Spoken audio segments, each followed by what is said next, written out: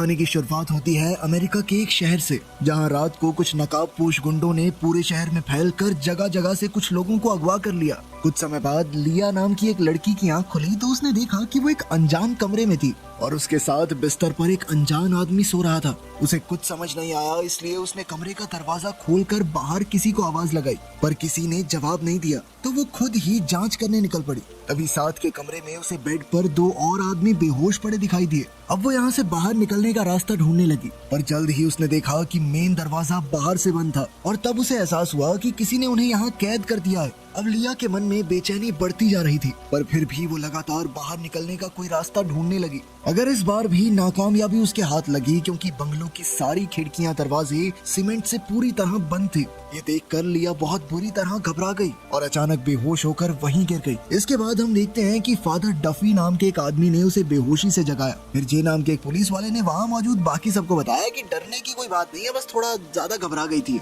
तब लिया ने उठकर देखा कि उसके अलावा वहाँ 6 और लोग मौजूद थे। तभी अचानक स्पीकर से एक अजीबोगरीब आवाज आई, जिससे वो सभी घबरा गए। इस आवाज का नाम था वॉचर और उसने कहा कि उन सभी को अगवा करके यहाँ लाया गया है। अब वो उन सब पर एक एक्सपेरिमेंट करेगा, साइंस के लिए नहीं, बस मजे के लिए। उसने बताया कि बंगले के अंदर 75 कैमरे और माइक लगे हुए हैं, जिसके जरिए वो उन सब पर नजर रखेगा और आखिर में जो जिंदा बचेगा उस इंसान को $5 मिलियन यानी लगभग 43 करोड़ रुपए मिलेंगे। ये सुनकर उन सब ने घबराहट में बातचीत शुरू कर दी, क्योंकि उन्हें लग रहा था कि ये जरूर एक बेकार सा मजाक है। जे कहने लगा कि मुझे लग रहा है ये कोई गेम है, और ये कहकर उसने अपनी बंदूक बाहर निकाल ली। उसने कहा कि वॉचर ने अगवा करते समय उसकी बंदूक नहीं छीनी, जिसका मतलब ये है कि वॉचर खुद चाहता है कि कोई इंसान यहाँ से जीत कर जाए। तब शोना ने कहा कि जे के पास बंदूक होने की वजह से वो दूसरों पर धौंस नहीं जमा सकता, लेकिन फिर फादर डफी और फ्रांसिस नाम के एक आदमी ने बीच में आकर उन्हें रोक दिया। उसी पलों में फ्रांसिस ने कहा कि वॉचर उन सबको एक दूसरे की जान लेते हुए देखना चाहता है। जे भी उससे सहमत था, पर उसने कहा कि उन सबको मिलकर इस बंगलों से भागने का तरीका ढूंढना चाहिए। उसका मानना था कि हो सकता है जीतने वाले इंसान को वॉचर खुद ही मार डाले। अब जे ने बाकी सबको मिलकर टेबल उठाने को कहा, जिससे वो दरवाजा तोड़कर यहाँ से आजाद हो सके। मगर बदकिस्मती से उन सबकी ये कोशिश नाकाम रही, जिस वजह से वो सब काफी निराश हो गए। लेकिन जे अब भी चैन से बैठने वाला नहीं था, इसीलिए उसने खिड़कियों पर गोलियां चला दी, लेकिन वो सीमेंट की दीवार को पार नहीं कर पाई। आखिरकार जे ने सबको अलग अलग दिशाओं में जाकर यहाँ से निकलने का रास्ता ढूंढने को कहा। कुछ देर बाद जे बेसमेंट में पहुंचा तो उसने देखा कि यहाँ की जमीन थोड़ी कच्ची थी। अब उसने पूरे जोश में आकर एक स्टील रॉड से वहाँ जमीन खोदी, पर जल्द ही उसने देखा कि जमीन के नीचे भारी भरकम मेटल की परत थी। आखिरकार उसका ये प्लान भी चौपट हो गया। वहीं दूसरी ओर हम देखते हैं कि शोना ने क्लेयर को सबकी मदद करने की बजाय शराब पीते देखा, जिसके बाद उन दोनों में बहस शुरू हो गई। जल्द ही दोनों हाथापाई पर उतर आई तो जे ने ऐन वक्त पर आकर क्लेयर के हाथ से ग्लास छीन लिया। फिर उसने बाकी की शराब भी एक लॉकर में रख दी, क्योंकि उसका कहना था कि यहाँ से निकलने का रास्ता ढूंढने के लिए उन्हें अपने होशो हवास में रहना चाहिए। इसके बाद कुछ खिलाड़ी आपस में $5 मिलियन के इनाम के बारे में बातचीत करने लगे, क्योंकि असल में उन सबको पैसों की सख्त जरूरत थी। लेकिन फादर डफी इस बात के बिल्कुल खिलाफ था, क्योंकि इसका मतलब ये था कि वो सब एक दूसरे की जान लेने की सोच रहे थे। जे का भी यही मानना था, इसलिए उसने कसम खाई कि वो किसी को एक दूसरे की जान नहीं लेने देगा। तभी अचानक उन्हें किचन से एक अजीबोगरीब आवाज सुनाई दी, तो वो उसकी जांच करने वहाँ पहुँचे। वहाँ उन्हें एक मशीन दिखाई दी जिसमें उनके लिए खाना आया था, पर खाने के नाम पर उसमें सिर्फ चिकन और आलू थे। अब उनके पास कोई चारा तो था नहीं, इसलिए उन सब ने इसे बराबर हिस्सों में बांटकर खाने का फैसला किया। जे ने सबको अपना अपना हिस्सा उठाने को कहा, लेकिन एल्बी ने लालच में आकर पूरी प्लेट भर ली। तब जे ने गुस्से में उसके हाथ से खाना छीन लिया। खैर, खाना खाते हुए शोना ने बताया कि वो एक ड्रग डीलर है और उसने सभी को अपने पैर में बंधा मॉनिटर दिखाया। दरअसल वो पैरोल पे बाहर थी, लेकिन अपने घर से बाहर नहीं निकल सकती थी। उसने कहा कि अगर वो जल्द से जल्द इस बंगलों से नहीं निकली तो जेल अथॉरिटीज को लगेगा कि वो भाग गई और फिर उसे वापस जेल जाना पड़ेगा। लेकिन इस पर फादर डफी ने कहा कि ये तो बहुत अच्छी बात है, जल्द ही पुलिस तुम्हारी लोकेशन ट्रेस करने की कोशिश करेगी और फिर वो हमें बचा सकते हैं। खैर, फिर डिनर के बाद जे और फादर डफी ने ड्रॉ के जरिए सबको कमरे देने का जिम्मा उठाया। तब क्लेयर के कागज में शोना का नाम आया, पर वो दोनों तो एक दूसरे से नफरत करती थी। लेकिन जे ने कहा कि फैसला हो चुका है और अब कुछ नहीं हो सकता। फिर शाम को शोना क्लेयर की गैर मौजूदगी में उसके पर्स से चीजें निकालने लगी। उसे क्लेयर की अमीरी भरी जिंदगी देखकर काफी जलन हुई, क्योंकि वो खुद ड्रग्स बेचकर बस अपना गुजारा कर रही थी। लेकिन इससे पहले कि वो और तस्वीरें देख पाती, क्लेयर बाथरूम से बाहर आ गई और उससे बिना पूछे उसकी चीजें छूने के लिए शोना पर चिल्लाने लगी। उधर फ्रांसिस और सिंथिया के कमरे में फ्रांसिस ने एक बार फिर से कहा कि वो किसी भी हाल में $5 मिलियन हासिल करना चाहता है, पर सिंथिया इसके खिलाफ थी क्योंकि वो जानती थी कि उन्हें पैसों के लिए दूसरों की जान लेनी पड़ेगी। खैर फिर अगली सुबह जब सभी खिलाड़ी सो रहे थे तो एक नकाबपोश आदमी जे और लिया के कमरे में घुस गया और जे की बंदूक चुराने की कोशिश की, मगर अचानक जे की आंख खुल गई और उसने उसी पल चोर पर हमला बोल दिया। उनकी हाथापाई की आवाजों से लिया की भी आंख खुल गई, मगर अचानक चोर जे को धक्का देकर वहां से भाग निकला, जिस वजह से जे और लिया उसका चेहरा नहीं देख पाए।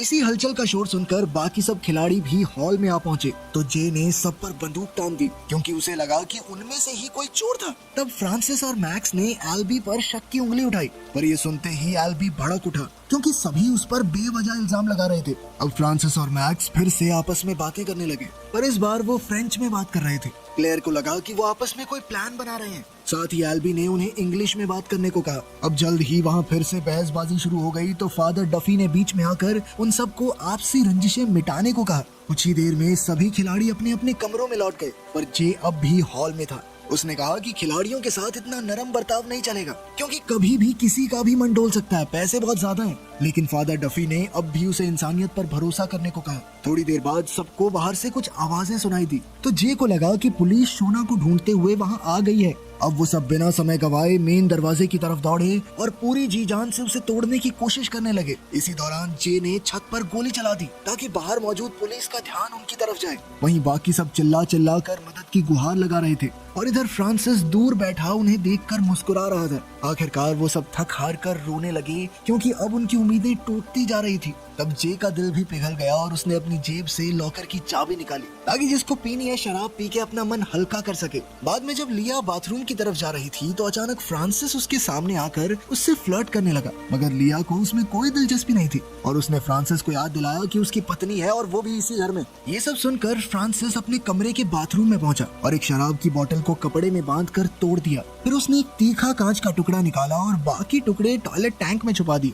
इसके बाद फ्रांसिस लिविंग रूम में सिंथिया के पास गया, पर वहाँ उसने देखा कि एल्बी सिंथिया के करीब आने की कोशिश कर रहा था। ये देखकर वो गुस्से में आ गया, पर सिंथिया ने कहा कि वो तो सिर्फ मजाक मस्ती कर रहे हैं। मगर फ्रांसिस अब भी गुस्से में था, इसलिए वो उन दोनों को बुरा भला कहने लगा। उसकी बातों से एल्बी का भी पारा हाई हो गया और उसने फ्रांसिस को धक्का दे दिया, जिससे उन दोनों में लड़ाई शुरू हो गई। अब एल्बी फ्रांसिस पर भारी पड़ रहा था तो सिंथिया काफी घबरा गई और वो उन दोनों को छुड़ाने लगी, मगर एल्बी को तो गुस्से में कुछ दिखाई ही नहीं दिया और उसने सिंथिया को धक्का दे दिया, जिससे उसका सर बालकनी की रेलिंग पर जा लगा। उसके सर में इतनी गहरी चोट आई कि सिंथिया की मौके पर ही मौत हो गई। ये देखकर फ्रांसिस और बाकी सभी खिलाड़ियों की सांसें सूख गई। अब एल्बी के गुनाह की सजा के तौर पर जे ने उसे उसके कमरे में कैद कर दिया। एल्बी को अपने किए पर बहुत पछतावा हो रहा था और उसने जे से दरवाजा खोलने को कहा, पर इसके बावजूद भी जे ने उसकी एक ना सुनी क्योंकि वो चाहता था कि एल्बी को उसके गुनाहों की सजा मिले। खैर अब वो सभी इस अनजान बंगले में कैद थे, जिस वजह से उनके पास सिंथिया का अंतिम संस्कार करने का कोई जरिया नहीं था। आखिरकार उन्होंने उसकी लाश को एक चादर से ढककर बेसमेंट में रख दिया। कुछ देर बाद जे ने सबको खाना दिया, पर इस बार सबको पहले से भी कम खाना मिला था क्योंकि वॉचर चाहता था कि अब वो खाने के ऊपर भी लड़े। जैसे ही एल्बी को पता चला कि खाना आ गया है तो वो भी अपने हिस्से की मांग करने लगा और उसे भूखा देखकर फादर डफी को काफी बुरा लगा, मगर जे ने कहा कि एक अपराधी की यही सजा है। अब एल्बी की लगातार चीखें सुनकर सब परेशान हो चुके थे तो लिया ने एल्बी को अपने हिस्से का खाना दे दिया। हालांकि ये जे की मर्जी के खिलाफ था, पर फिर भी वो एल्बी को खाना देने को तैयार हो गया। फिर उसने दरवाजा खोलकर एल्बी को एक छोटा सा आलू दिया, जिससे एल्बी बहुत गुस्से में आ गया। खैर जे वापस टेबल पर लौट आया, पर उसने देखा कि फादर डफी वहाँ मौजूद नहीं था। जल्द ही वो समझ गया कि फादर एल्बी को और खाना देने गया है, तो जे भी तुरंत एल्बी के कमरे की तरफ भागा। आखिरकार उसका शक सच निकला क्योंकि फादर ने दरवाजा खोलकर एल्बी को आजाद कर दिया था। एल्बी तो गुस्से से इतना भरा बैठा था कि उसने बाहर आते ही स्टील रॉड से जे को बुरी तरह पीटना शुरू कर दिया और तब तक पीटा जब तक उसकी मौत नहीं हो गई। कुछ ही पलों में एल्बी को अपने किए का एहसास हुआ और अब बहुत देर हो चुकी थी, इसलिए वो तुरंत वहाँ से भाग गया। फादर डफी ने जे की मदद करने की कोशिश की, पर बदकिस्मती से उसकी जान नहीं बच सकी। अपनी आखिरी सांस लेने से पहले जे ने अपनी बंदूक फादर के हवाले कर दी क्योंकि जे को उस पर सबसे ज्यादा विश्वास था। फिर अगली रात बचे हुए 7 खिलाड़ियों ने देखा कि आज मशीन में ज्यादा खाना आया था और साथ ही एक नोट था जिस पर लिखा था कि उन्होंने वॉचर का अच्छा मनोरंजन किया। तब फ्रांसिस ने तुरंत ढेर सारा खाना उठा लिया तो फादर डफी ने उसे रोका इस पर फ्रांसिस ने कहा कि वो तो एल्बी के हिस्से का इनाम उठा रहा है क्योंकि उसने ही जे को मारने का काम किया था। अब वो सीधा एल्बी के कमरे में पहुंचा तो एल्बी तुरंत अपने किए की सफाई देने लगा क्योंकि उसे लगा कि फ्रांसिस अपनी पत्नी की मौत का बदला लेने आया है। मगर फ्रांसिस ने कहा कि भाई मैं तो तेरे लिए खाना लेके आया हूँ। खाना लेकर एल्बी को और पछतावा हुआ और उसने सिंथिया की जान लेने के लिए फ्रांसिस से माफी मांगी। इस पर फ्रांसिस ने बिल्कुल दुख न जताते हुए कहा कि कोई नहीं भाई, क्या हो गया, मर गई, तूने जान के थोड़ी मारा है। वहीं दूसरी ओर मैक्स एक कोने में छुपकर तेजी से ढेर सारा खाना खा रहा था। कुछ ही पलों बाद फादर डफी और लिया एल्बी के कमरे में उसे देखने गए, मगर वहाँ का खौफनाक मंजर देखकर उनके पैरों तले जमीन खिसक गई। असल में एल्बी की लाश पंखे से लटक रही थी, लेकिन लिया को यकीन था कि वो खुद नहीं मरा, इसके पीछे किसी और का हाथ है क्योंकि वो यहाँ रहकर एल्बी को इतना तो समझ चुकी थी। ये सुनकर फादर ने बाकी खिलाड़ियों को पूछताछ के लिए हॉलवे में बुलाया। तब शोना ने फ्रांसिस पर एल्बी की कत्ल का इल्जाम लगाया क्योंकि आखिर में तो वही उसे खाना देने गया था। फ्रांसिस ने इससे साफ इनकार कर दिया, मगर बाकी लोग फादर पर फ्रांसिस को सजा देने का दबाव बनाने लगे। लेकिन उसी समय फ्रांसिस कहने लगा कि ऐसे तो ये मैक्स भी तो हो सकता है कातिल, इसका स्कार्फ बंधा हुआ था उसके गले में। फिर शाम को हम देखते हैं कि फ्रांसिस अपने कमरे में अकेला सिंथिया की लिपस्टिक लगा रहा था। इसके बाद वो अपने कपड़े उतार कर नाचने लगा जैसे कोई साइको हो। वहीं दूसरी ओर शोना क्लेयर के बैग में फिर से छानबीन कर रही थी तो उसे एक महंगा सा नेकलेस मिला। शोना को हमेशा से महंगी चीजों की चाह थी, इसलिए शोना ने उसे पहनकर देखा और उसी पल क्लेयर ने उसे रंगे हाथों पकड़ लिया। एक बार फिर दोनों में जबरदस्त बहसबाजी शुरू हो गई। क्लेयर ने कहा कि वो उसके गहने चुराने की कोशिश कर रही थी, पर शोना अपनी गलती मानने को तैयार नहीं थी। तब अचानक क्लेयर ने गुस्से में आकर उसे तमाचा जड़ दिया और फिर दोनों में हाथापाई शुरू हो गई। खैर कुछ समय बाद जब शोना खुद को शांत करने के लिए सिगरेट पी रही थी तो पीछे से क्लेयर ने पेंचकस से हमला करके उसकी बेरहमी से हत्या कर दी। वहीं दूसरी ओर फ्रांसिस लिया के बाथरूम में जा पहुंचा जहां वो अपना मुंह धो रही थी। इसी का फायदा उठाते हुए फ्रांसिस ने दीवार से लैंप उठाकर उसे सिंक में फोड़ दिया, जिससे लिया को बिजली का जोरदार झटका लगा। उधर किचन में फादर डफी ने मैक्स से कहा कि उन्हें जिंदा बचने के लिए मिलकर काम करना होगा क्योंकि उसे सिर्फ मैक्स और लिया पर ही भरोसा है।